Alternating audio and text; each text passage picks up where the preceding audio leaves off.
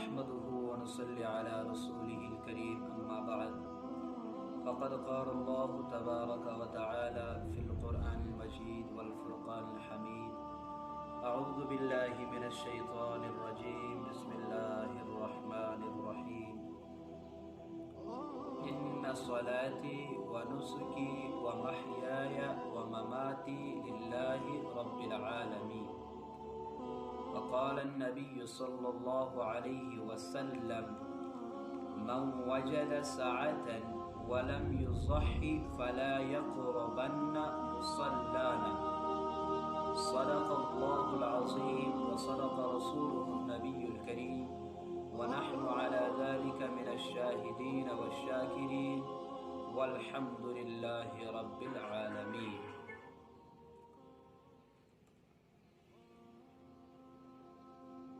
سب سے پہلے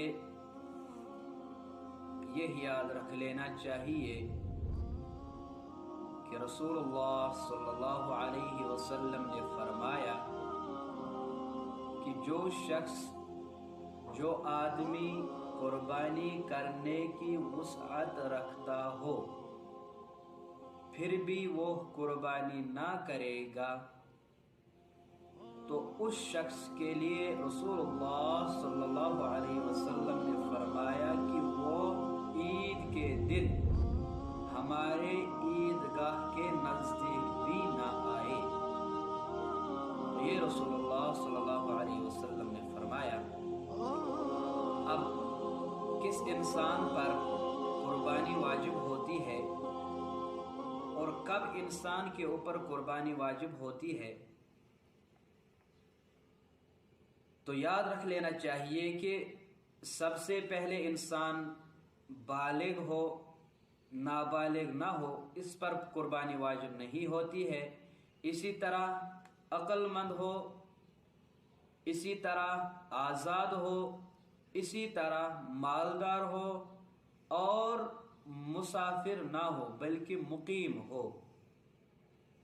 تو ان آدمیوں پر قربانی واجب ہوتی ہے نہ کہ نابالغ پر.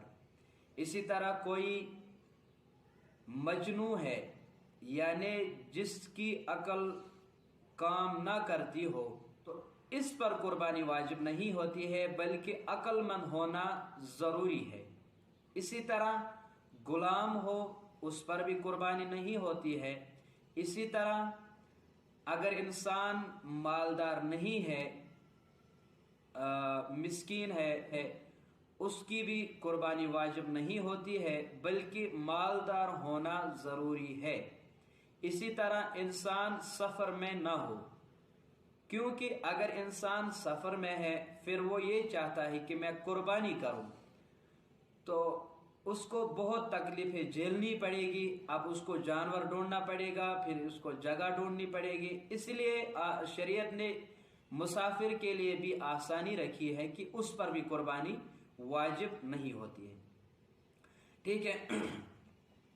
اب کن جانوروں پر قربانی ہوتی ہے، مطلب قربانی کے لیے کون سے جانور ہونا ضروری ہے؟ سب سے پہلے گائے ہو، بیل ہو، بھینس، ٹھیک. اسی طرح اونٹ ہو، بھیڑ، بکری اور دمبا وغیرہ، ان کی قربانی، ان جانوروں کی قربانی ہوتی ہے. باقی کسی جانور کی قربانی نہیں ہوتی ہے. تو اب ان کی کیا عمر ہونی چاہیے؟ تو یاد رکھ لینا چاہیے کہ اگر انسان اونٹ ذبح کر رہا ہو اس کی عمر تقریباً 5 سال کی ہونی چاہیے. 5 سال سے کم اونٹ کی قربانی نہیں ہوتی ہے. اسی طرح گائے، بیل، بھینس وغیرہ ہے، ان کی 2 سال کم از کم 2 سال کی عمر ہونی چاہیے. اسی طرح اب بھیڑ، بکری، دمبا، ان کی عمر تقریباً 1 سال کی ہونی چاہیے. لیکن اگر نہ ہو پھر